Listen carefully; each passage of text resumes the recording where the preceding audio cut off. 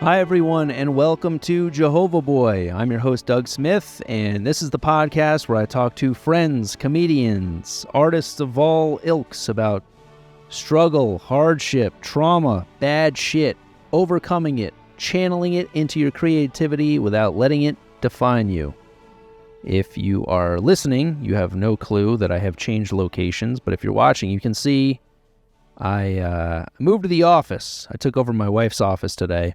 I need to record interviews in the living room because that's the only place where my shitty internet connection will reach in this godforsaken apartment. Can't even reach 20 more feet into the fucking office. So, but I realize these intros, they don't have to be recorded in the living room. I can record them in a different room. So here I am. I also realized, if you listen to the first episode, you heard me go on this whole crusade about this revelation I had about radical self-acceptance, which is a place I've been trying to get to for a long time. And the whole idea of cultivating that and nurturing that, it's not a one-time fix, something that takes a lot of hard work and commitment. But over the course of the last week, I've been recording intros for this podcast and just raking myself over the coals, making myself fucking nuts, doing take after take after take, being an absolute perfectionist. And I realized that is the complete antithesis of radical self-acceptance. Being a perfectionist, it's completely antithetical. So now I'm trying a new tactic. I'm just hitting record and saying, fuck it. You're going to hear me, warts and all.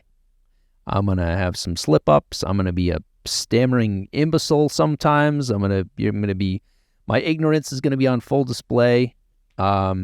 You're going to see that I have a high school diploma and not much more.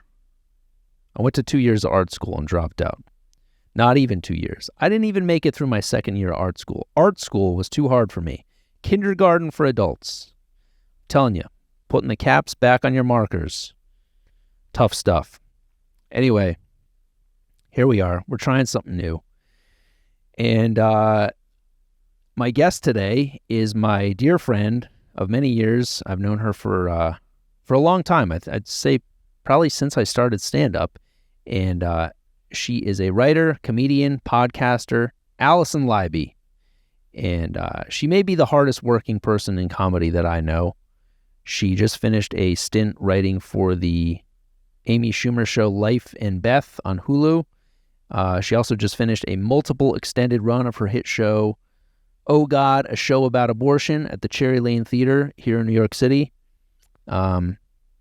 She's probably not taking any breaks. She's probably jumping right into some other project. So I was very honored that she took the time to talk to me about everybody's favorite topic, abortion. Now, my stance on abortion has certainly changed over the years. It's certainly drastically changed from what it was when I was growing up, because being raised a Jehovah's Witness, I was taught that abortion is, in fact, murder. You're committing a horrible sin. You're playing God. It is God's will, no matter what the circumstances, that this baby live a long and fruitful life. Now, I'm older. I'm slightly more informed.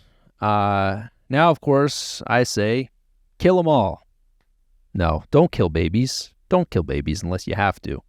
Or you just have other shit going on. Honestly, if you have other shit going on, that's actually a pretty valid reason to. Because if you have a very busy life, whether it be a career or whatever other aspirations you're focused on, if your baby's going to be low man on the totem pole, nip it in the bud. Don't bother. You got to figure out what your reasons are. What are your reasons for having a kid? All your friends are doing it. You don't want to be the only one without. Those are bad reasons for getting a tattoo. Certainly not good reasons for having a child. I'll give you a parallel, all right? I had a dog walking service in the West Village of Manhattan for about 10 years. I know, quit bragging. And I had so many clients who spent thousands of dollars on purebred dogs only to have work and or travel schedules that did not allow them to spend any time at home. So these dogs were completely neglected. For all intents and purposes, I was the owner. I was the one who walked the dog, fed the dog, showered the dog with affection. The dog loved me, 10 times more than it loved its owner. And why would it not? One time I was walking this Labradoodle down 8th Avenue. We passed his owner on the street. The owner was texting and walking. Walked right past the dog. Dog walked right past the owner. Dogs have an innate sense for where their owner is at all times. They can sniff their owner a block away. This dog had oblivious. Maybe he was a fucking moron. But I like to think that this man was a stranger. He lived in his house, but that's where it ended. I saw the same thing with nannies and kids. A lot of these clients that I had also had kids that they neglected. Me and the nanny, we're the help. We're doing all the heavy lifting. We're the ones that have actual relationships with these dogs and children. It's devastating. Tell you what, do this. Take this test if you have a nanny, okay? If you have a nanny, have your kid stand on one side of the room. You and the nanny stand on the other side of the room. Call to the kid at the same time. If the kid makes a beeline for the nanny, that's not your kid anymore. You got to give that kid to the nanny. You got to let her take him back to Trinidad, where she will raise him along with her other kids that she's been sending money to this whole time. And you have to pay her child support, not just for your own kid, but for all her kids as well. That's your penance for bringing a child into the world when you had no business doing so.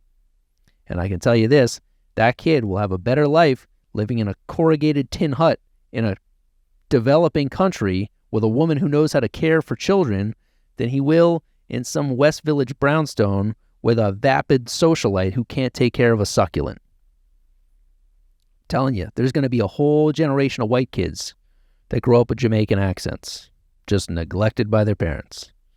I used to have a bit about it, that there's probably some workaholic dad going home to his son right now who's like, how come never play blocks with my dad? And that some of these kids probably don't even recognize their fathers. Dad walks through the door, kid nudges the nanny. Hey, who's the white boy? Yeah, it's a joke, but I wouldn't be the least bit surprised. In another few years, keep an eye out for a whole crop of white Rastafari who were neglected by their parents. My parents probably shouldn't have had kids. I'm glad they did. Glad to be here. Thanks, Mom, for not nuking me in the first trimester. She had no choice. I mean, like I said, abortions are very frowned upon by Jehovah's Witnesses. But I'm sure she was scared shitless. The idea of having your fourth child 14 years after your last child was born, right on the verge of turning 47 years old. Holy shit. This was 40 years ago, too. Having a child that late in life now, still pretty dicey. But 40 years ago, ooh, that's a real roll of the dice. I could have come out looking like Sloth with Baby Ruth smears all over my Superman t-shirt. I used to have a bit about that, too, that I'm the only person in history to have ever made a full and complete recovery from Down syndrome. But I know why my mom had me. She had to, but also I was going to make up for all my siblings, because in the Jehovah's Witness organization, your worth in the congregation is established by how immersed your family is in the religious practice. And if your whole family isn't on board, you're looked down upon. You're considered lesser than. And when I was born, all my siblings, who were all teenagers, had either left or were strategically planning their exit from the organization. And this was heartbreaking to my mom. And also, she was considered a failure. She was looked down upon. So I was the saving grace. I was the one who was going to step in and make up for the sins of my siblings. I was the Obi-Wan. My mother told me countless times, point blank, you're my only hope. Then I finally saw Star Wars. I saw that scene. I was like, oh, shit. Obi-Wan's a J-dub? Poor guy. The shit that I was subjected to, that now that I'm a father, the idea of subjecting my kid to that shit that I had to do, oh my God, horrible. I went to school. A lot of Jehovah's Witnesses are homeschooled. I went to school, and there were so many things that I couldn't participate in. Birthdays, for example. All holidays are pagan, frowned upon. So birthday, kid would have a birthday, bring in cupcakes, celebrate with the class. I would have to leave the room, go sit in the library by myself like a sad sack of shit for the duration of that birthday celebration. And one time I went back to the classroom. I was so desperate for just a taste of that delicious cupcake that I plucked a wrapper off the top of the trash heap. I looked around, made sure nobody was looking, and I popped it in my mouth, suck out the last few crumbs. A few minutes later, the teacher sees me gnawing on something. She has me march to the front of the class, spit it out. This big wet wad of slobbery wax paper comes tumbling out of my mouth. She realizes what it is immediately. She feels terrible. She's heartbroken. But the damage was done. I was pegged as a trash raccoon for the rest of the year. Kids would offer me garbage to eat. Hey, Doug, you want some pencil shavings? Eat some hot glue. Come on, you trash panda. Eat it up. I also had to carry around a card in my wallet, a legally binding card signed by both of my parents refusing a blood transfusion. If I was in any sort of medical duress that required a blood transfusion, they were basically commanding medical personnel to let me die rather than contaminate me with someone else's blood. I had to carry this around. And I always thought it was pretty crazy. Also scary, too, because blood transfusions are very prevalent. You don't even need to be in that bad of an accident to require a blood transfusion. There's a lot of places on your body where you can get nicked or cut and lose a lot of blood. And I remember one time in 4th grade, I got a really bad paper cut, and it was just a steady flow. And I remember looking at my hand and being like, this might be it. This is how it all ends. And now that I have a kid, the idea of having him carry around a card in his wallet, refusing a blood transfusion, I would do anything to save his life. That should be a no-brainer. If he needed a blood transfusion and the doctors were like, you got to fill out some paperwork, there's a bit of a wait list, I'd be like, fuck that. I would take to the streets with a hunting knife and a bucket, and I would run up to strangers with a blade to their throat and be like, what's your blood type? And if it matched up, sorry about your luck. I'm slitting throats and filling buckets. It's a no-brainer. That's what a good parent does. I also had to go door to door every weekend. That'll certainly get you over your shyness of talking to strangers very quickly. My son loves dogs, but he's shy. He's apprehensive about asking strangers if he can pet their dog. Imagine if I said to him, hey, you got to go to that guy's house this weekend, knock on his door. What? Why? Well, it's Jehovah's will for you to spread the good news about his kingdom. You got to knock on his door at 9 o'clock on a Saturday. Yeah, he's going to be pissed. He's probably going to yell at you. He might slam the door in your face. He might threaten to pull a gun on you, but you got to do it. You got to tell him that he's going to die at Armageddon unless he reads that pamphlet. Oh my God, but I only have to do it once, right? No. You got to do that every weekend for the rest of your life, or you too will die at Armageddon. Anyway, now that I'm a parent, I'm trying to make up for my lost childhood. I'm really overcompensating in a lot of ways, living vicariously through him. All celebrations are we're taking them all on. We celebrated Christmas and Hanukkah this past year. He's only a quarter Jewish, but that's enough to qualify. So I say, bring it on. 8 crazy nights, fuck it. We're going for 9. And you're going to make mistakes as a parent, regardless. My mom lied to me about Armageddon. I'm lying to him about Santa Claus. Is that the right thing to do? I don't know. It's probably, maybe I should, and Armageddon, who knows? Maybe she's right. Maybe it is close at hand. They've falsely predicted it for hundreds of years, but maybe it is around the corner. I don't know. Maybe I should sprinkle some of that in too. Maybe next year I should be like, hey, buddy, if you're naughty this year, Santa will turn you into a lump of coal. A lump of coal in your stocking, that's not a threat. Who gives a shit? There's plenty of presents under the tree. Take a shit in my stocking. Who cares? It's a lost cause. Anyway, these are problems that my guest today never has to think about because she had an abortion. And she wrote a hit show about it, and we're going to talk about it. So please, without further ado, enjoy my conversation with Alison Leiby. This is Jehovah's Day. So you are unemployed at the moment for once? Oh, yeah. Coasting. Yeah? Went out Nice. to breakfast at a restaurant, fucked around until we had to do this. I'm not doing anything. That's great. That's yeah, it awesome. rules. Yeah. What a life. Well, It is a good one. I'm amazed that, so your run of your show ended officially when? it was the end of August that it ended like the New York theater run. So it was like August 27th or 8th or something. Okay. And then you jumped right into this other writing gig, which is insane. It started before I was done. So I was doing both at once for like 3 weeks. Oh my God. But I was writing on Life and Beth season 2 coming to Hulu sometime in 2023. I was doing both at once for a while. And it was like, I was like, oh, this is nonsense. There was an end in sight. So I was like, okay, at least. And I was just doing the show Monday to Friday at that point. So at least like when I did get to Saturday and Sunday, I could just like lay down in the dark and not have anything to do, or nobody would bother me. Yeah. But both at once was tough for a while. Damn. Did you feel like the integrity of the show was compromised to any degree? Or the writing gig? Like, you felt like you're...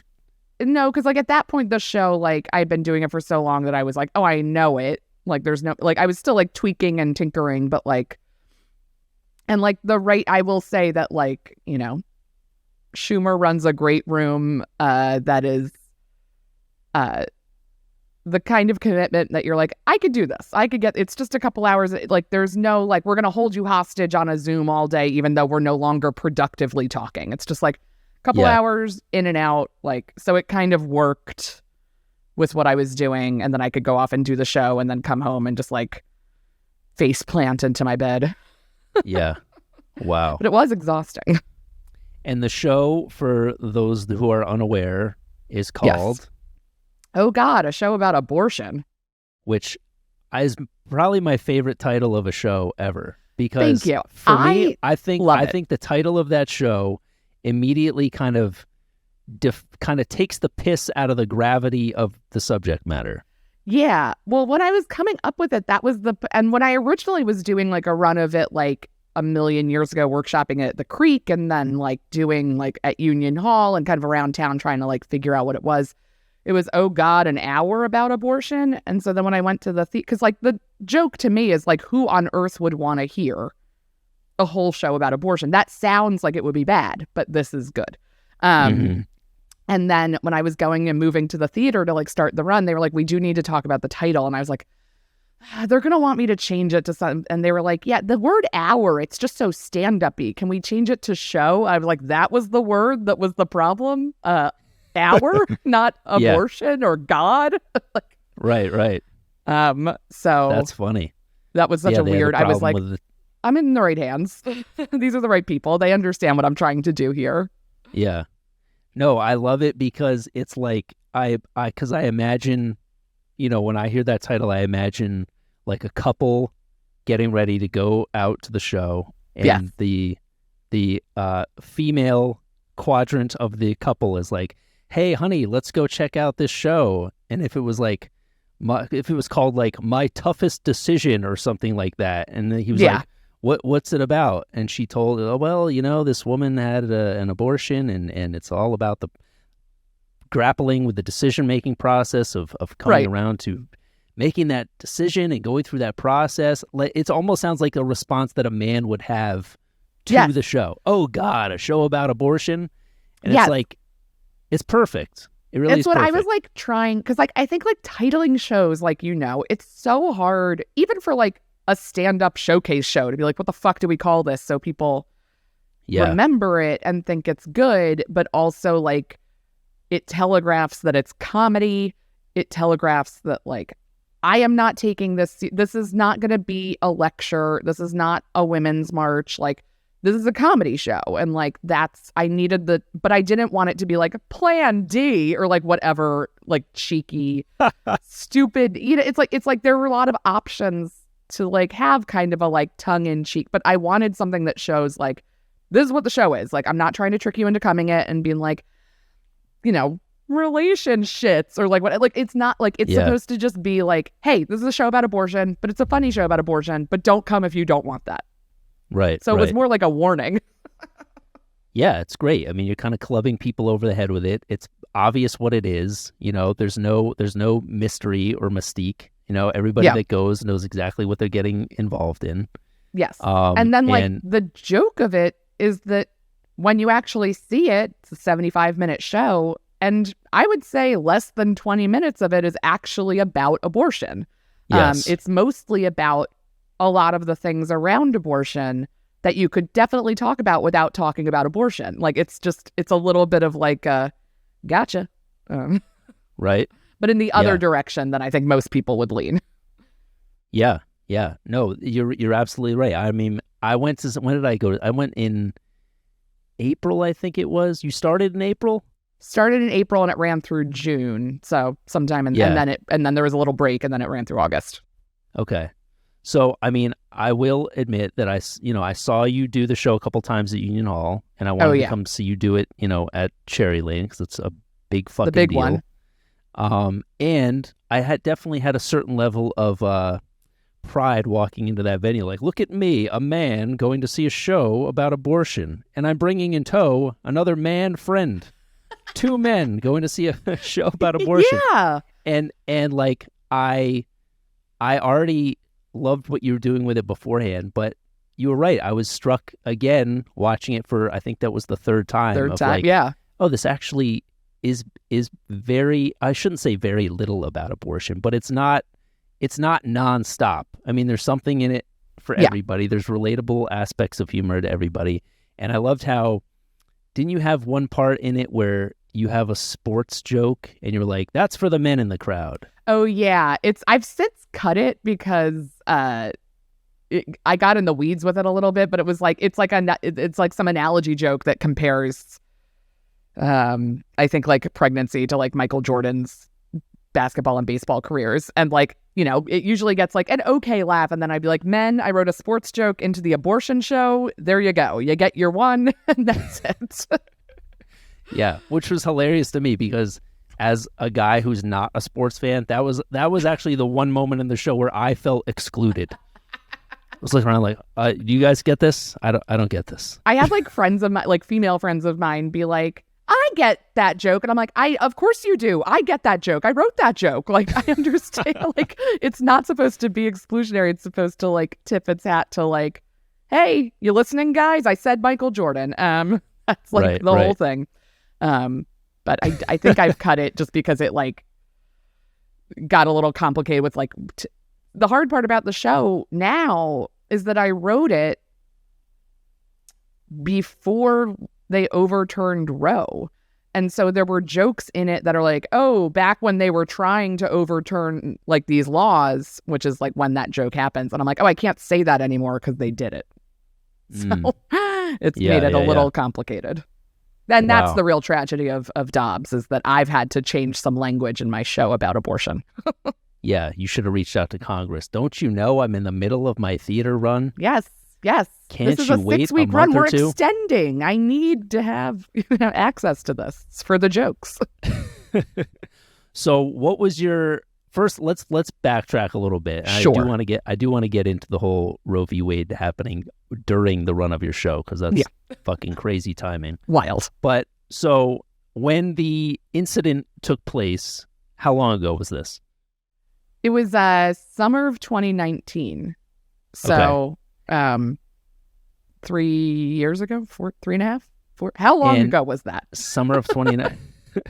I know, time means nothing anymore. Nothing. It's truly a meaningless. The last 3 years has been a decade. But also a day.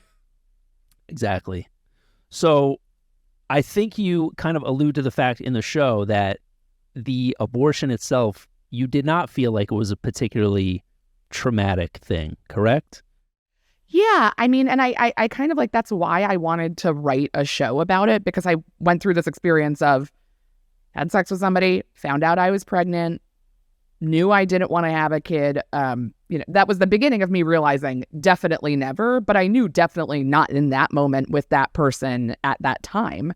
And I was like, all right, I'm not going to do this. And then I went and called Planned Parenthood and made an appointment, went in, did it, left, went on a work trip 24 hours later. And it was so not an event. And I don't mean to like write a show that says, oh, abortion is not a big deal. It is a big deal for lots of people in a variety of ways. For me, it was not. And I think that that's something we never really talk about, because we need it to be trauma-based. You need to either be like the victim of assault, which is awful, or like, oh, you don't have the money and that's why, but you wanted a baby, or that it's a health risk to you or a health risk to the child, or that you had a million hurdles to try and get to having the abortion that you needed. And it's like, I actually had none of those things. And while that's privilege and also pure luck, that's also something that is that's an important part of kind of the abortion discussion. And I just felt that wasn't really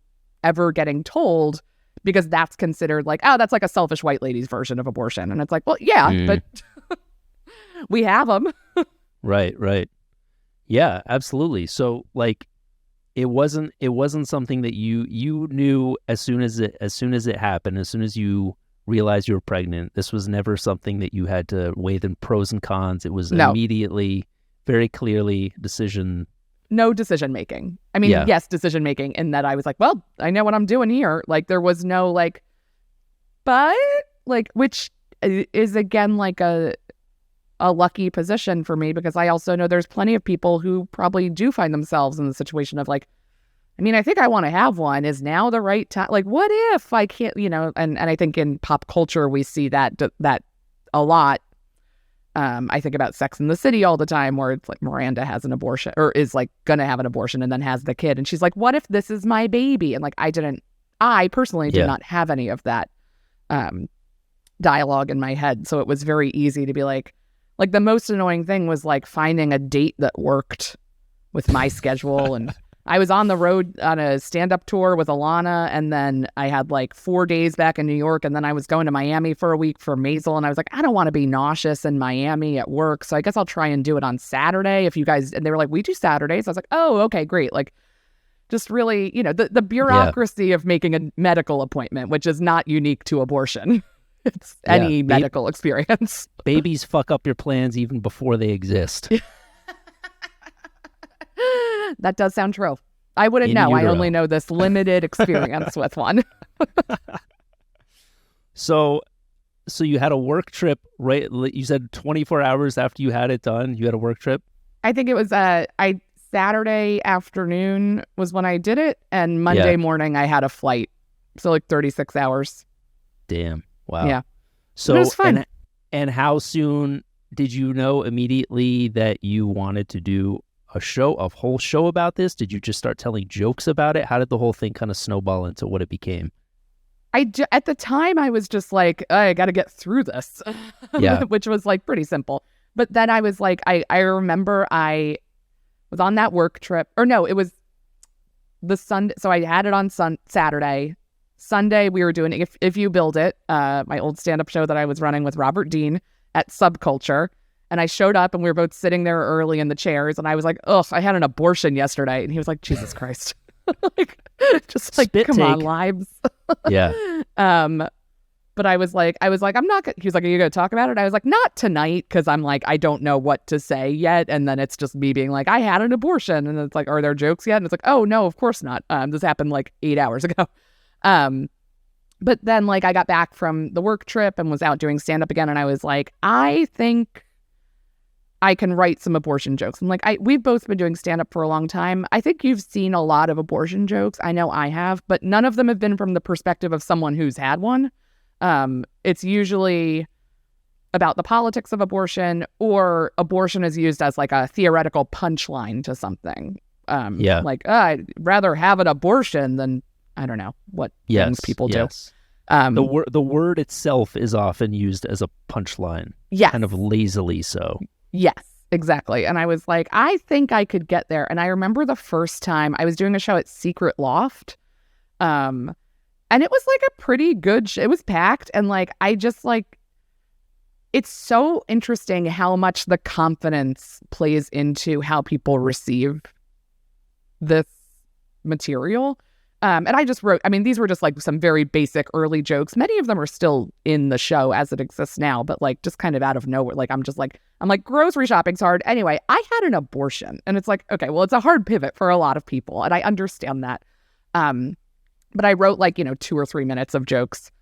And I was just like, well, something about me. I had an abortion. And I could just tell that I wasn't confident, just because I didn't know if the jokes would work yet or not, And it felt like very vulnerable and hard to say that on stage. And I haven't been a particularly vulnerable comic in my career. It's a lot of dumb jokes about like getting my hair cut. So it was like kind of new, even though I like talk about myself on stage, like this was very like review. And this is something that people have judgments on that have nothing to do with me, that have everything to do with their own beliefs and politics and things like that. So it's hard to, most people don't have those opinions of dumb day-to-day jokes, but they do about something this personal and this kind of like corporeal and political. And it was just silence for like the whole 3 minutes. And I was like, I'm going to keep saying these because I'm not going to bail on it, even though that does seem like my vibe would be to quit early. But after that first time, I was like, even though it didn't go well, I was like, that is not indicative of like there's something. And then like I started just doing like, I had like got to like 5 minutes that were like working in most rooms that like I could do kind of I could like kind of like do a bit about birth control that could kind of tiptoe us in there. And then I could do like a couple minutes of abortion jokes and that would be fine. And then I just kind of kept adding to it. And all of a sudden I like blinked and I was like, there's like 15 minutes here. And like, wow, the birth control piece that I used to kind of like wade into these waters, like is connected. Maybe there's a bigger thing here of like how many other things kind of like this whole story of, well, it's about birth control and not being on it. It's also about sex and relationships and then abortion and then my mom. And I was like, there's something here. So then I just sat down and like wrote out like, what is a show like this? And there was a version that I did it in 2020 and then, not again until later in 2020 or 2021, I guess. I didn't do stand up at all until we got the vaccine because I was like too scared. So it kind of like, it just kind of happened like naturally because like I kept thinking of things that I'd never heard about abortion that like are funny. Like I was like, everybody in the waiting room was wearing leggings. It was like going to a SoulCycle class. And it's like, that's really something that is hilarious. But except also the doctor screams at you even more. Yeah. It's like power through. What have You're like, you I'm done? on drugs. Yeah. Do you want it? No. But like those were things where I was like, oh, these can only be told, like this joke, only I can tell this. And I don't mean I like personally Alison Leiby, but like only I, someone who has been in this experience, can tell this joke. And I've always thought that like stand up, like if someone else can tell it easily, like it's probably not the best joke. Even though like some of my favorite jokes, I'm like, anybody could say that and I would laugh at that. But just like, I think like the more perspective and the more vulnerability and the more like specifics you can give, just like the better a joke can be. And I was just like, oh, there's so much from that experience. It's like, I'm a details person. I'm a minutia person. And it just kind of made sense to build it out. And in the original version, like the abortion experience was like a much bigger piece of the hour. And then as I kind of like built it, it became smaller and smaller, which is kind of what I wanted. And I didn't know I wanted it until I was doing it. Yeah. Wow. So you went from having like 5 minutes of jokes to just kind of slowly expanding that. Yeah. And then what was it like when you ran it as a solid, cohesive hour-long show the first time? Was it like you had pages of notes that you were flipping through? Did you run through it in your apartment? What was I had like 17 pages of single-spaced like every word of the show on stage with me every time I did it until I opened at Cherry Lane. Like every time I did it, there was a stack. And like there were times where I tried to do it with just like a notes, but it was such a like work in progress in all of those moments. So like the first time I did it, I was just like, I'm mostly like featured at that point. Like it's not like I was doing a lot of headlining sets either where I'm just like used to like, oh, I gotta get through this. But it's different than just a headlining set because these things have to be said in this order or else it doesn't make any sense. Sure. But it felt like I was like, okay, there's definitely, and it was a rainy Monday night in January at the Creek. There were 7 people there, one of whom was teching, one was my friend who opened, and then some weird, I'm like, I don't know how the rest of you got here because this sucks. But just a bunch of lonely incels listening yes. to a woman talk about her abortion. Yeah. Well, none of the lonely incels of the creek ever came upstairs to see the show, even though it was there for true. 7 days. They were face down at the bar. Yeah, they're like, I like that it smells like shit downstairs. I feel at home. But like, it was like enough for like the jokes. Again, it was a small audience, but it was an audience of enough people that like punchlines landed. It wasn't like, this is fun, but it was like, this is working. And I started to feel like, okay, like and so like over the course of that week, I like changed stuff and was kind of like tinkering with it and just kind of finding what the rhythm is. And like, I still didn't know what I wanted to say when I first was working it out. I was just like, I just want to do a show that talks about the fact that I had an abortion. And I want to spend an hour on stage owning that. And then it became, as I like developed it more like, okay, well, what do I want to say about, like, I knew I didn't want to talk about the politics of abortion largely. Like, obviously they have to get addressed because they're constantly in flux, even a couple of years ago. And I wasn't like, I'm not trying to like get into like a negotiation of like, well, it's okay for this and not this. And like, we need, like, I didn't want it to be a soapbox. I didn't want it to be like a rally. Like, those things are important, but they exist outside of comedy. I just wanted it to be like kind of a meditation on, well, I'm a woman. A lot of my comedy has been about what it's like to be a woman in our culture. And it started to kind of become like, well, it's kind of about the forced things that we have to deal with. And some of those are physical and some of those are cultural. And a lot of those deal with if your value is tied up in having a baby or not. And I don't want a baby and I didn't have this one. And I'm like, and what does that mean for me? And what does that mean for my relationship with my mother, which became a big part of it? And it's just like that kind of evolved naturally. It was not what the show is today, was like not what I set out to planned to write necessarily. Yeah. Yeah, it's interesting how that kind of inevitably always happens. You know, like I'm working on a show right now about my Jehovah's Witness years. Yeah. And I did my first, you know, it's hard to even call it a run of it at under St. Mark's in August, and I had my printer crapped out the morning of the show, so I had all these notes that I wanted to print out that I couldn't. So I had to have my laptop on stage with me. So I'm scrolling as I'm trying to, you know, deliver these jokes and stories that I've never really told before. And I had 38 pages of notes, and I got through a third of them before I had to bail on the whole show because there was another show immediately after mine. So I got through I feel like that's common when people, like, I know, like, Petey has been working out a show about his life and things that have happened in it. And he, like, wrote it out, and he had to do it in 3 installments at Union Hall because there was just so much. And I think that's like a better way to do it than to be like, I'm going to write a 40-minute show and then I'll keep adding. It's like, it's a lot easier to have it all down and be like, this isn't necessary. This doesn't work. I can shorten this. Like, it's so much easier to cut than it is to add. Absolutely. Yeah, it's definitely a better problem to have. But I also found myself in the same boat of kind of like, kind of having to grapple with the idea of what is this about? You know, I don't want to just be up there summarizing 20 years of my life. You know, I don't want this to be this, you know, timeline of events of I was born into this organization and, you know, play by play, year by year. And then it was over and we're where we are today. And it's like, okay.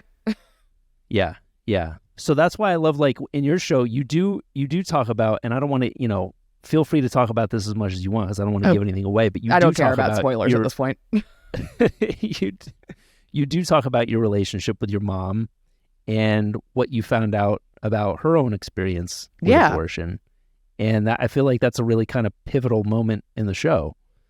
It's also like, and it's, you know, full disclosure, I started working out that material before I cleared it with her. But I also wanted to be like, is this even anything before I start being like, but then like once I was like, all right, like the New York Times is coming to write about this thing. Like, I got to ask, like, this is chill, right?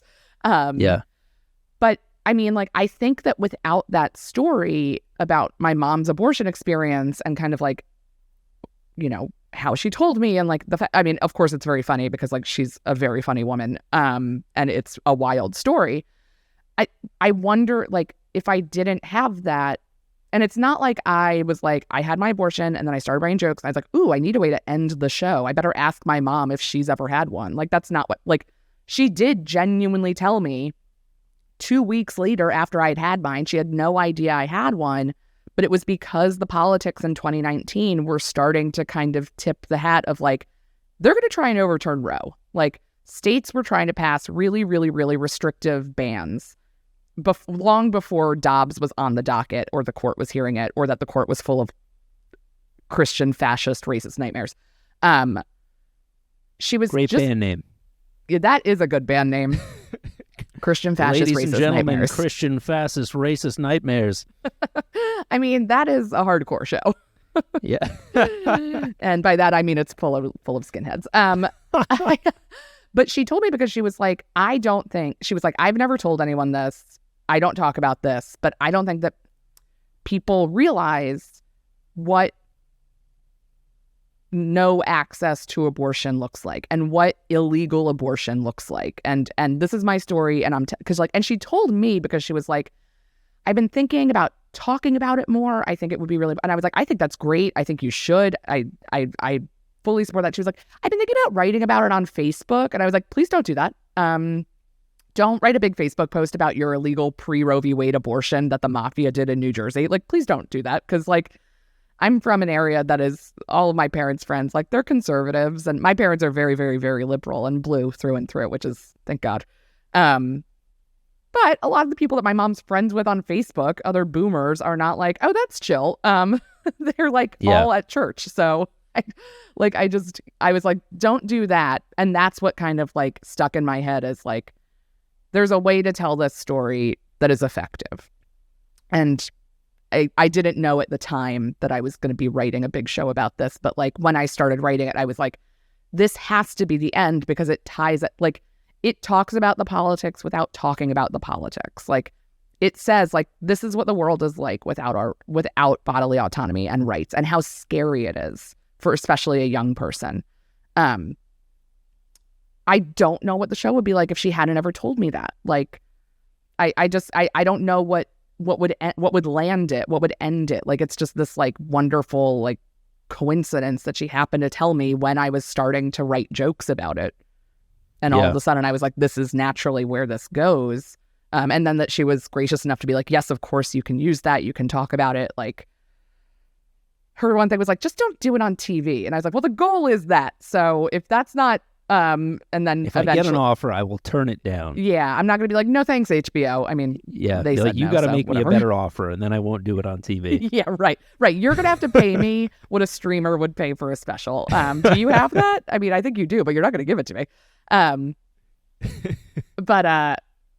But you know, and she was definitely wary about it at first, being like, and I was like, what's the problem? She was like, I got to tell some people first. I got to be the one. And I was like, go to town.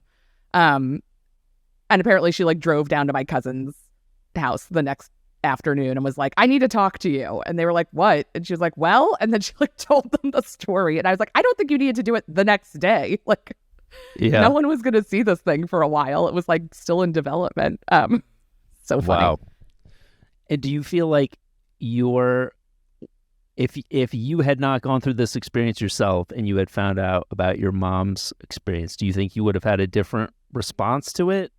Or how do you think your experience with it changed the way you handled your mom telling you about this own experience of hers? I mean, I grew up in an extremely pro-abortion rights house, and we talked about abortion a lot when I was growing up. We did not talk about the specifics of like if I ever needed one or if she ever had one, but like my mom marched in Washington in the 90s, and it's been a weirdly comfortable topic for us to talk about when it comes to politics. So like no part of me would have had any different. I don't think I would have ever thought of talking about it on stage. Like, I don't. Right. No part of me would have ever been like, oh, I should tell my mom's super intense secret to the masses. But because it was this thing that connected us, and then because it became this thing that is so important, that then it was like, oh, of course, this would be a piece of that, rather than just like a piece of my mom's history that I know that maybe if I had known that before I had mine, I would have told her about mine before I felt that I like was forced to because I was doing the show.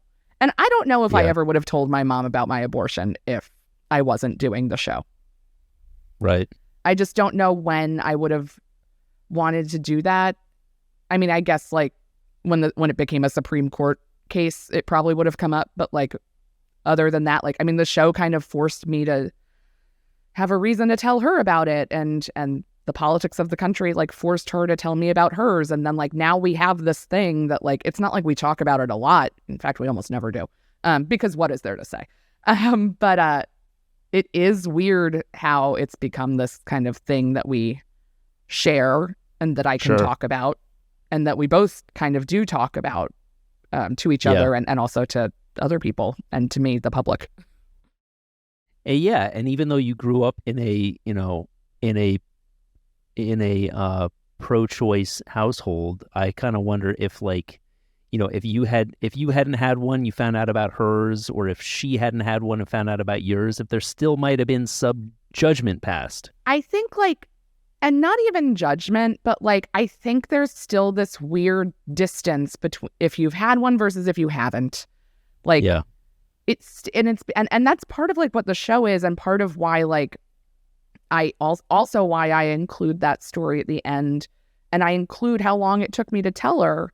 Because I think that that's like, she just told me she had one and I still couldn't tell her that I did. Like that speaks to like what abortion conversations are in this country. And that like, even when you support it, even when you've had one, even when everything about you says everybody should have this right, there is still a stigma attached to it. And like, whether that makes judgment or what like or whatever in somebody, like it is still like very much a stigmatized, weird, different thing that shouldn't be. You don't have to talk about your abortion all the time, but you also shouldn't have to be forced into silence about it either because you're afraid of the way people will think of you. Yeah, for sure. And I mean, I feel like, there's a lot of things that I've probably passed judgment about on my parents about the way that they chose to raise me or their beliefs. And now, you get to a certain age and you kind of start to come around and like think, oh, okay, I get it. I get that why they made that decision. I get why they believe this or did that. And that's something that kind of only comes with adulthood. You know what I mean? Yeah. Like I, for years, had so much judgment against my mom. How do you get involved with a cult? How could you be so fucking ignorant, And, I've had moments in the last couple of years where I've had like these moments of extreme self-doubt and wondering like, oh my God, what life is so hard. It's so hard to be an adult, make decisions and not feel like you're fucking up all the time. And kind of even come into this place of like, oh yeah, if you join a cult, you don't have to think for yourself. Your life is so much easier. Yeah. And I kind of went from this place of like such judgment and anger to being like, all right, it's still pretty fucking crazy thing to do, but I kind of get it. Yeah. It's so interesting how age, and I think that like also, I don't think that like comedians inherently are more attuned to this, but I think the nature of the job just kind of makes we spend more time thinking about some things than like other people might, because like part of our job is sitting down and thinking about your own life to write jokes about it. I do think that there is this understanding that I've certainly had with my parents and just with like other people in my life and where I'm like, oh, I like understand how people get to points now. Like like how things have happened, how things unfold. Like some people are just pieces of shit, and that's true. But like a lot of people are victims of circumstance, are doing their best in moments that are really complicated. And like, you don't always understand that until you can think a little bit critically about how you've had to maneuver through the world. And when you're young, you're just like, I'm just getting by. And when you're older, you're reflecting more. And I think it's been like it's a nice thing about age. And it's a nice thing about also doing comedy where, there is value in reflecting a bit. And there is value in thinking outside of yourself, because you have to think about how people are going to perceive the things you're saying. And I think it does give you just like a tiny little light into like what some other people might be dealing with and going through when they're making decisions. Absolutely, yeah. So your mom, I'm assuming, has seen your show. Oh, she like if it was still running, she'd be coming every week if it was like still a thing. Like my mom came 3 times. My parents came twice. My mom like brought like a girlfriend of hers up once and was like one of my friends growing up, moms.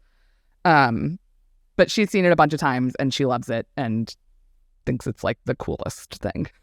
Yeah. I'm like, what about if it ever goes on TV? And she's like, well, we'll see about that. No, she thinks that's cool too, which it won't. So that's fine. Well, we'll see. I don't know about that. We'll see. I do think you should hold her to making you an offer, though. Yes. Yes.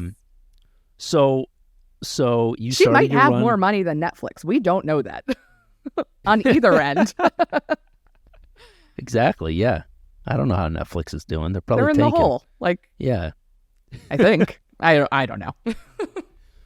So you started your run in April, and then Roe got overturned in what, end of June? It was end of June. Yeah. So what were your feelings when that happened? How did you incorporate that into the show, if at all? Did you feel equal parts like? I don't mean to sound insensitive by no, asking I know, this, I know. Did you feel equal parts like, oh, this is terrible for women and women's rights, but also this is great for my show? Or yeah, I mean, it was.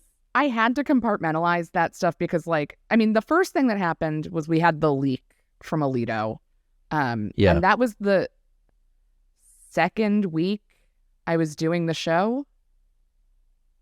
Was that like it was like early May? When like it was like, okay, well, it's likely good. So, and then that's when it really, that was like the big press pop, because that was, and I knew that it was on, I knew Dobbs was on the docket before we started the run. So I knew like, well, in June they're going to hear that case and they're going to make, or they've heard that case and in June they're going to make their decision. And I might still be doing the show when they make a decision about overturning Roe. So the Dobbs case. So I kind of knew it was coming. I think in the back of my mind, I knew what the outcome was going to be, but I was like, maybe America will be better than I think it is. And I think we've learned from history that it never will be. But it was like crazy to have to kind of thread the needle of like allowing myself to be excited about the visibility of the show. And I had to kind of like be like, I'm not excited that this is happening. Of course, this is devastating for me. This is devastating for literally millions and millions of people across this country. But like, I had to think of it as like, this is spotlighting the show. The show is not cheap jabs about abortion. It is like a genuine, important, I think, perspective on abortion from just one singular person, being me. And one narrative that we don't really hear about a lot, and I think gets lost, especially when we're discussing the actual loss of abortion rights. And people jump right to 10-year-old incest victims. And that is fucking awful, and it's disgusting, and it is harrowing to think about what all of these people have had to go through and deal with in the trauma cases. But, like, it is as important to have abortion rights for just anyone who doesn't want to be pregnant, because like forced birth is torture. And like, I can't imagine a world where I would have had that child. I don't know what my back is made of metal. Like, there's just not a world where that wasn't going to become a problem for me. Like, I don't know. Like, I have money and I still don't think I have enough money to have a kid on my own. Like, it's just like, there's so many things and it's like, that's torture. That's inhumane. That is not okay. And I think that like, the story of someone like me having an abortion is an important kind of piece of the mosaic of abortion narratives. And it's one that like I luckily got to tell on like a very large stage for a very like at a very important point in kind of the abortion discussion in this country. So I had to be like, it's good, it's okay. You could be excited that Anna Wintour is at your opening night. You could be excited that Vogue and Vanity Fair wanted to write pieces about you. Like, you're allowed to be excited that like the work that you've been doing for years is getting highlighted. It's just unfortunate as to why. Sure. And like, that was just, you know, mentally, I think that was the most mentally exhausting part of that time, was like trying to allow myself to be excited. I've never had anything that big happen to me, and I might never again, like career wise. Like you don't know. It's the whole thing is a fucking crapshoot. But like, God, how often in your career are you at like the center of like the biggest conversation in the country? Like, not the center, but like, are you know, you're a figure, and like so many people were looking for something to write about that wasn't just fuck. Like every article was like, we're losing the right to abortion. Abortion is going to be illegal. This lady's doing comedy about it. I guess we'll talk to her. Like it became, and it's like, I had to like let myself be excited and happy about that. But also still, it also gave me a break from being so goddamn depressed. So yeah, I mean, if nothing bigger and better happens in your career, that's still an amazing imprint to leave. It really is. And Anna Wintour coming to your show, insane. She's like a Willy Wonka character. I can't even imagine her going anywhere outside of a fashion show. You know, I don't think I've ever seen her photographed anywhere other than, you know, front row at Fashion Week. Wimbledon and Fashion Week. And that is when you see her. And then like for her to have like a very funny viral moment of her getting ID'd outside of my show with the poster with 4 of my face on it right behind her. I'm like, that's fucking nuts. Like, it's just crazy. And like, even though I joke, like, no one's going to buy this, it's never going on TV. Netflix doesn't exist or whatever. I don't know the future of streaming and television and this show becoming a special, but like, even if nothing happened beyond today and everything that can happen with this show and my comedy career ended, it's still like a huge accomplishment and achievement to have done 75 performances on a theater stage that is the oldest off-Broadway theater in New York, that was written about in the New York Times 5 times. Like, there's so many things that were like, that was insane. And if it never goes any further than this, that is still leaps and bounds above what I could have possibly dreamed of when I was like bombing at the Secret Loft. Yeah, yeah. And it's just... I mean bombing. Well, I mean, I mean, that's an hour show, you know, and when you can, and I've talked to a few people about this, like when you're doing a more thematic, cohesive piece like that, to commit to something like that that's not going well is kind of devastating, you know, but there's no turning back. You know, with stand-up, you know, you jump from one bit to the next, one bit eats shit, you move on, you know, you recover easily. You guys don't want to hear about religion? Fine, I'm going to talk about dating. Okay, like, you know, you can maneuver. Exactly. But when you're telling a story, you're like, strap in, this is it. This is it for the next hour. Yep. Yeah, it takes brass balls for sure to be able to just double down and commit to that and just be like, hey, if you guys aren't into this, I still got to do this for my own well-being, you know? Yeah. So, but like when you had these people come out, it was almost like, you know, really the stars aligning, because you were ready to do this. You were kind of ready to do this show sooner, right? The pandemic kind of threw a monkey wrench in things. Yeah, so I had been like workshopping it. I had written a lot of the jokes at the end of 2019. By January of 2020 is when I had the first draft of like doing a week at the Creek and like figuring it out. Yeah. And then I had done it at Union Hall, March 2nd of 2020. 4 people that I know of had COVID at the time that we found out later. That were in that audience, in that tiny basement. I don't know how everybody didn't get it.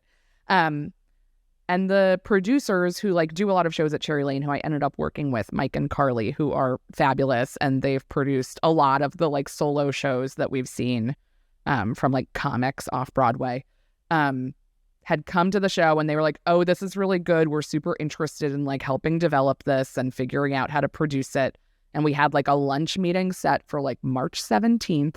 It was like, no, that just didn't happen. And then like, truly, I was lucky enough to not need comedy for money in that way at the time, because I had TV money. So I just, until we got vaccinated, did nothing. That was a full year that we weren't really, that I wasn't really performing. And if I was doing a couple of outdoor, like, you know, height of outdoor pandemic comedy, I was like, this is just not material I feel comfortable screaming in the middle of Prospect Park at 3 p.m. You know, it's just like, it's not, or like with an amp in like the courtyard of a building being like, my abortion. Like, it's just, it wasn't made for that. And I was like, I would rather sit on this for a long time and wait until maybe we ever perform again if we don't all die than try and like jam this into the world of doing comedy on grass. Yeah, you're not gonna compete with a dog catching a frisbee in front of you. Yeah. Yeah, there's a kite here. Like what? Like I'm gonna look at that too, because that's more interesting than like somebody being like, I'm depressed. It's like, oh, are you? But like, so I waited, and then we were back in like the summer of 2021. I started workshopping it again, and I was doing it, and then we were trying to maybe get it up and running by, early 2022, so like January of this past year. But then like because we were getting COVID waves that were like shutting down theater again and were delaying things, it kept getting pushed and pushed and pushed. And then it was going to be March, and then it was end of April, and I was so frustrated with like how long it was taking that I was like not sad. Of course I was still like, I can't wait, I just want to do it, but I was getting like anxious about it. And like it ended up working out. But like if I had done the run and it ended in April, and then all of that awful news came in May and June, like it would have, again, like you can't like look at the loss of a civil liberty and be like, but my show, but like I know I would have felt that way. And I know that like the show, I think, and a lot of people came out to the show. The audiences were really fabulous, but I got a lot of messages after it from people that are just like, thank you for like giving me a space to not feel sad for an hour in the middle of a very sad time. Like a lot of women specifically were like, God, I really needed this as I'm reading the news and doom scrolling every day about the impending loss of abortion rights. Like it felt really good to be in that theater and be laughing and to get all the jokes. And, some people were like, to see my experience reflected back, or whatever part of the show they connected to. Like it really, like, I know that it also like meant something for the people who came, which is the whole point of doing a show. So right. Yeah, but that's the thing. Like you would have wound up doing the show regardless at Cherry Lane, but the timing lent itself to it was perfect. I mean, it really was the stars aligning. I was talking to Ari Shafir a couple weeks ago about his newest special called Jew, and the timing of that too, because he was ready to shoot that before the pandemic, and he'd been working on it for a couple of years, and then it didn't happen, and then right as he's releasing it, this Kanye Kyrie Irving shit hits, and it just, the cool thing about it is, to an outside observer, somebody like him, somebody like you, it makes you look like a superhero, because it makes it look like you just kind of came up with this shit spur of the moment, like, this is a call to action, this is being discussed, let me come up with this hour, something together this week. Yes, like it's not years of rigorous work to try and like develop anything in comedy. Like so few of the things that pop are, immediately like put together and like, yeah, I did it. Like everything takes years, and like, but like people who don't understand how comedy works, I had a lot of pieces of shit who were like, wow, you had good timing. What did you know about this? And I'm like, okay, I'm a woman, so I've known they were trying to overturn Roe for years now, but no, and fuck off. Like, like, but that's usually like people who don't understand comedy. And I will say some people within comedy, but who aren't from stand-up, people who came from like an improv world who are like making TV. I'm like, do you think that stand-up is improv? Like, do you think that? Because it's not. Yeah. Just jackasses. So when Roe got overturned in June, you had already done the show for about 2 months. Mm-hmm. So how did that impact the way that you were doing the show from that point forward? There's like one joke that I cut because it just felt different. Like the show is not like cheap jabs about abortion and like dead babies, but like there is one joke at the beginning of the show that I would cut, because like opening, as you know, like starting is the hardest, like especially when you have you just walk out and start the show. I mean, it feels crazy. Yeah, that's another thing. I mean, for people that don't know, most stand-up shows, you have a host. You know, if it's a headlining gig, you have a host, you have a feature, and then somebody doing, 45 minutes to an hour. Even with like a stand-up showcase, you have a host, you have somebody warming up the crowd. Right, and that host isn't coming out and just reciting rehearsed jokes. They are warming people up. They're doing crowd work. They're easing in. They're like, "How's everybody doing? How have you been today, ma'am? What, you went to a scuba show?" I don't know what people do. Yeah. That's my first reference, is a scuba show. That's not even a real thing. Why is it not a thing? I have not been out much. Someone needs to get on that. I've been at home a lot recently. I would love to see a scuba show. Yeah, I don't know what that is. Scuba diving itself is terrifying. Yeah, I don't know why anybody would do that. Walking up to a touch tank and seeing a guy. Just like, yeah, I'm in. But going out, so like I always like struggled with like how to kind of start it, and I had this like very stupid joke that is based in a real thing, which is like when I was running the show at Union Hall once, my mom did text me. She wrote, "Kill it tonight," and I was like, "I already did." It's like, why the show exists, which is a very funny joke, and I think before the leak and before Dobbs was ruled, that joke did not really bother. Here and there were, I would say, matinee audiences, which were always a little older, slightly more conservative, usually just like old Jews who were like, "We'll come here before dinner at 4." Yeah. We just need a place to sit down halfway through the day. This is air conditioned. Well, kind of. Yeah. That joke was always like, "Oh," and like I'd be like, come on, I'm gonna do one of those. Like, and it was kind of just like to break the ice and lighten the mood. And like after Roe, I was like, that's not fun for people. Like, it really isn't. And while I don't think that abortion, especially in the case of at any point, I do not believe abortion is killing a baby. That's language that conservatives and the right and people who hate women and people who hate everyone use to make abortion seem horrific and therefore legislate against it. And I was like, I am just helping them by telling that joke. Even though it's, too late for a lot of the country. So that, and then like overall, then the rest of the show was like kind of not a problem. And people come to again, it's titled in a way where it's like, you're coming to hear about abortion. Like, you have to be open-minded about hearing about it, because that's what I'm going to talk about it. I will say that it felt different doing it. And there's a moment towards the end of the show where there's a couple serious points, but like there's one where I really do, I finish being like, anyway, I took an Uber home and I watched Real Housewives and it was so not a big deal. Like, how could this possibly be such a big deal, people? And then I kind of confront my privilege, and there's a moment where I say like, this is not everyone's story. And before, in the early versions of the show, that was a very short section of just like, people of color and poor people don't have this kind of access. And I spent kind of the weeks between the leak and Roe really like expanding that section to like, if I'm going to spend 75 minutes on stage and I'm only going to spend 1 minute addressing privilege and politics, like it has to be very powerful and very intense. And so I started kind of turning the screws on that a little bit to like list all of the people who, especially in the wake of Dobbs, who are affected. And I'm like, people in red states, people in purple states, people in every fucking state, people who don't have the money to do things like take time off work, to pay for childcare that day, because most people who have abortions have children already, to travel hundreds or thousands of miles to stay housed, fed, and safe while they do that. Those people don't have this right. And it went from like access is hard to like, it's illegal.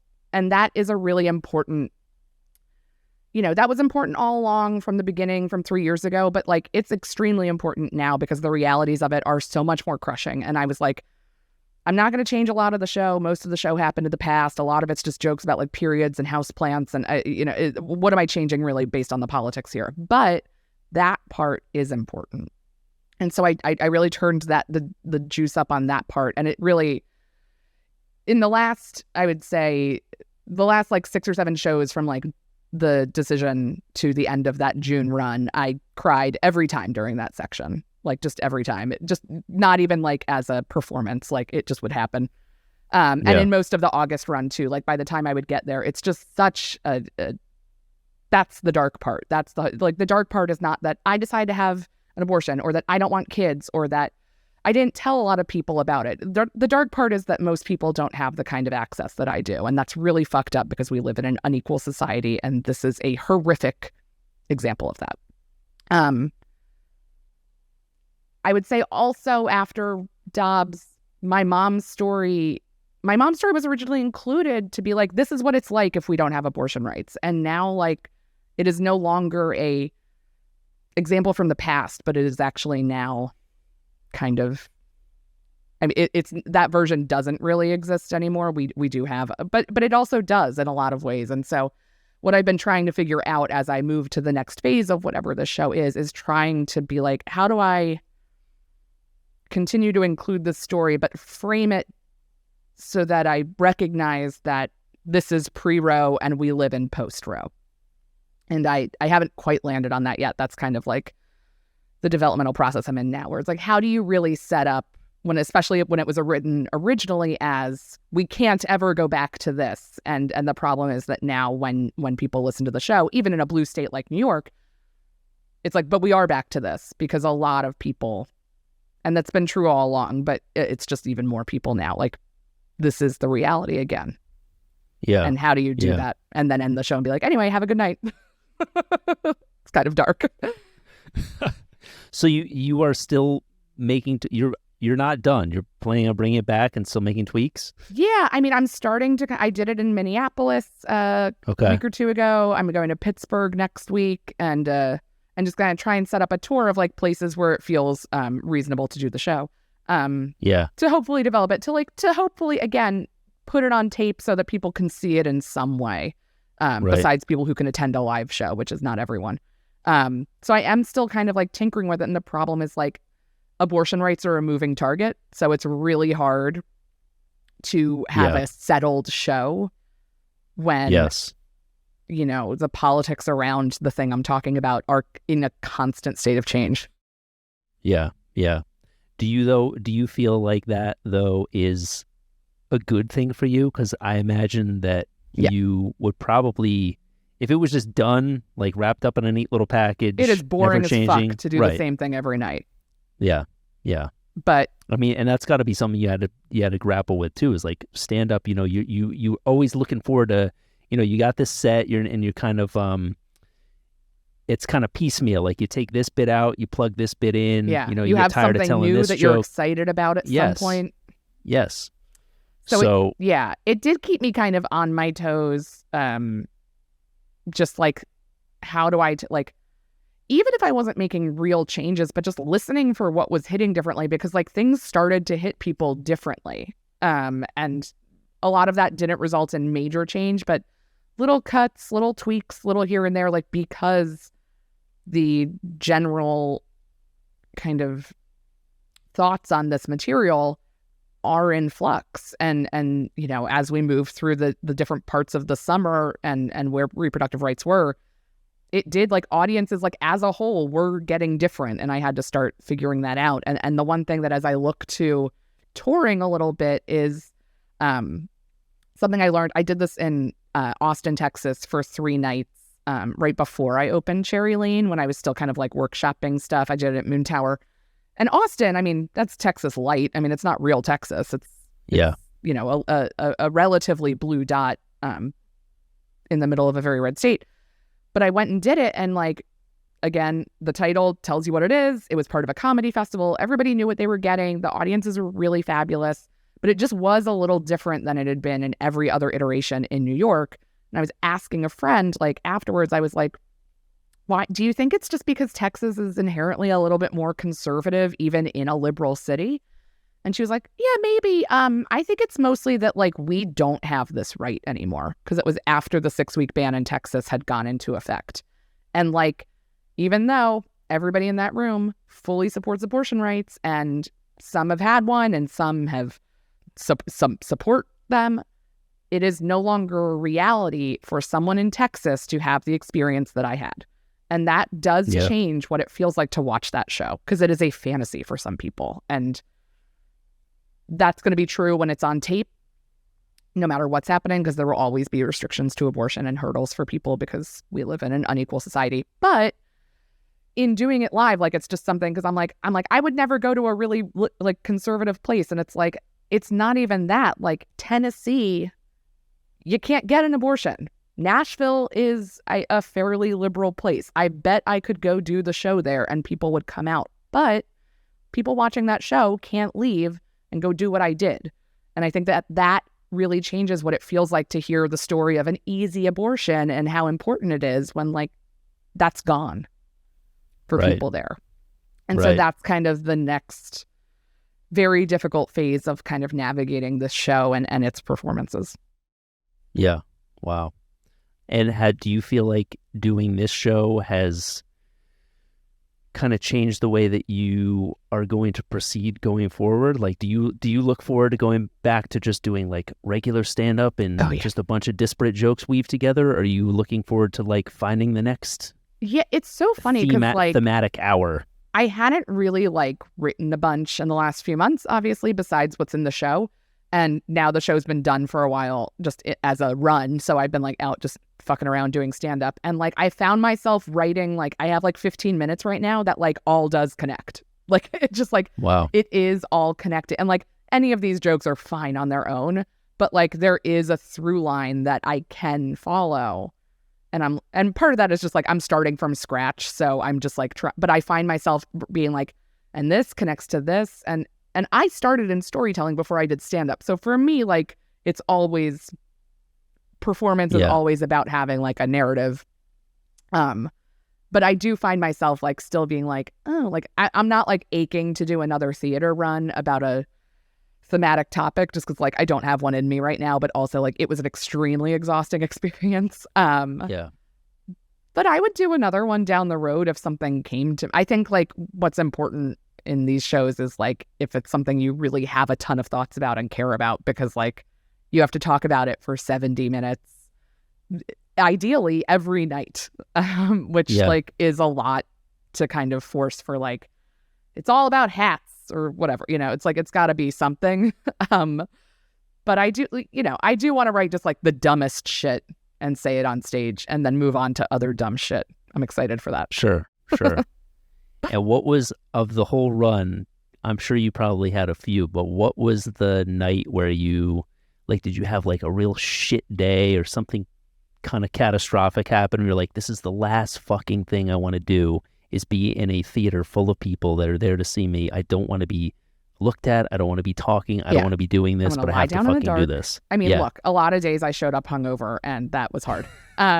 Because like also like people who I haven't seen in forever come to the show and they're like, let's get a drink. And I'm like, well, I haven't seen you in years. Yes, of course. And then all of a sudden it's like, I've had 3 martinis. I have to go home. I have to do this again tomorrow. So there were some of those, but those were always like, once you're in, it was so weird that like once you're in it, like it's not autopilot because like you can't autopilot 75 minutes, but like it is like an out of body experience to like do it and then be done. I will say at the very end of the June run, it was, I think it was before the leak or after the leak, but before the decision, I threw my back out and I had to cancel 2 shows because I had to go to the emergency room. And the day before I went to the emergency room and the first day back were both, the first one I was like in such pain and like there's like I don't move a ton on stage, like I'm not like a super physical comic, but like there are like 2 or 3 points where I need to like bend down and point or like do a weird movement, and I like had to at the top of the show be like, I can't really move, so like you're not gonna get the full array of movement from me tonight. And I just kind of wanted to be lying down in the dark with a muscle relaxer. And then you tag in Sebastian Maniscalco. Yeah, I'm like, can you come pretend you're lifting a tire? Fucking weird. He's like pacing. You're like, why? And then that first show back, I was on a steroid pack and I felt like I was on meth. And I was just like, this was a crazy performance. Like I was like done in like 70 minutes and it was normally taking like 78. They were just like, I was like, I didn't miss anything. I was just speeding through it like a psycho. Steroid packs are crazy. I hope to never take one again. Wow. So I'm glad you brought up the situation with your back, because that probably was the most traumatic thing that happened to you, right? You had a near-death experience when you were, was it 19? 19. I had a back surgery? Back surgery and then a complication, a blood clot that almost killed me, and I was in the hospital for weeks, and they were like, she's gonna die. I'm an only child, so my parents were like, interesting. We didn't plan for this. They were gonna cut off my left Your mom's leg. like, I knew I shouldn't have had that abortion. I should have had the other one as a backup. Yeah. I assume that's why people have 2 kids. No. But it's like this awful, horrific experience that I'm like still it was the first thing I ever talked about on stage. I told like a 10-minute story at the Moth about it. And did like a storytelling class to like that and like to me I was like, there's so much funny shit that happened, and everybody's like, I'm sorry, what? So it kind of informed, like, it's like that's the massive trauma in my life, and that's not what the show, I mentioned it once in the middle just as like a passing, like I'm like, that's for a different, lighter show. But it is like it is, and I've had like a million back surgeries since then, and it's just like an ongoing like nightmare in my life. But like I struggle to make it connect to, like I struggle to find a way to make it something people could connect to in a way that I felt I could, which is so strange that like my abortion felt like so much more relatable than my back surgery. Yeah. Wow. Well, yeah. I mean, I think you made the right choice. I think so too. Nobody's overturning back surgeries anytime soon. Yeah, well, we'll see. I don't know. I hope not. I'm sure I'm going to need like 17 more. No, I hope not. Jesus Christ. Should be okay. Knock on particle board. Target desk. Yeah, right. Yeah. Well, I mean, it sounds like if ever there's some major news cycle having to do with the opioid crisis, it might be time to dust off that story. Yeah. That I can happily talk about. Yeah, it's been brewing. It's been brewing. I mean, I don't know when our country will ever reckon with the opioid epidemic, or if we're just going to keep letting people die. But yeah, I got plenty to say on it. It's definitely harder to make funny. It is. Yeah. Like, yeah. Jeez, who'd have thunk, right? I know that abortion would be like the lightest subject matter. Yeah, that's like the lightest touch. I'm just like, oh, it's kind of like jokey and fun. It's a little whimsical as a show, but everything else would be like so dark. Yeah. Good Lord. Well, thank you. Yeah, I'm thank you. really so impressed by what you pulled off. Really, it was amazing to see you on that stage in a theater, going out there with no opener, just seeing how well you handled that, walking and just out, kind of knowing like, hey, I'm your I'm it for the night. I'm the show. I'm your warm up. I'm your headliner. I'm everything. Yeah, because that is definitely not something that we're used to. And you know, it was kind of freeing when I finally got used to it. Like, there's no like, oh, what if they suck? And then I have to go and do, like, that they're cold every time. Yeah. It's not like, oh, you were supposed to get them going and they suck. Or like, oh, there was a weird interaction and now I have to like dance around that. Or it's like I think the beauty of stand-up and like solo performance is always like, you're responsible for like all the good and all the bad. And there is something kind of like freeing about that. When you do a show, you're just like, yeah, on a great night, I did it all. And on a terrible night, like, it was my fault. And that's fine. It's two sides to one coin. Sure. Yeah. So you're touring the show now. You want to let people know where they can find you and find out about what cities you're coming to? Yeah. At Alison Leiby on Twitter while it still exists, or on Instagram. I'm on TikTok, but just as a viewer, not as a participant. It's too fucked up for you. Yeah, I applaud that decision. Weird place. It is. Do you post on TikTok?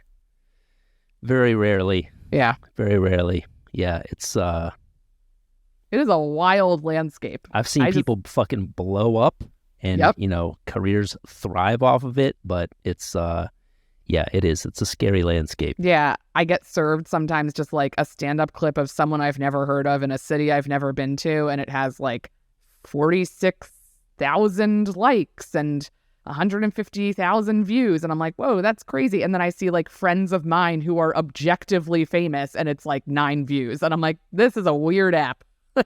Yeah, right? Very strange place. I've posted countless stand-up clips that get nothing, and I think it's finally time for me to start exploiting my brain-damaged cat because Oh my God, she's very please. entertaining. She falls off the couch and walks into walls, and she looks like she has crippling Parkinson's, and I think, I've tried to respect her privacy, and yeah, it's a cat, so I think it's time to exploit her, be a stage mom. Yeah, I think it's. Most of what I see on TikTok is cats because I've made it do that for me. But yeah, a fucked up cat. That sounds like a ticket to fame. Thank God I have pet insurance, but if not for that, I probably would have spent like $6,000 on her already. So it's time for her to recoup those bills. Yeah, she's got to start paying her way. Exactly.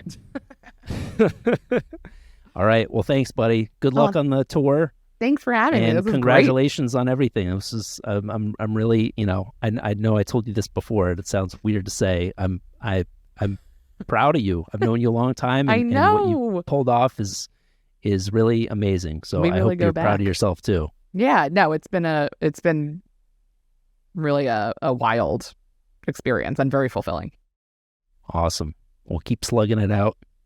And good luck. Thank you. There you go, folks. Alison Leiby. Give her a follow on all the platforms at Alison Leiby. Make sure to keep an eye out for her show, Oh God, a show about abortion.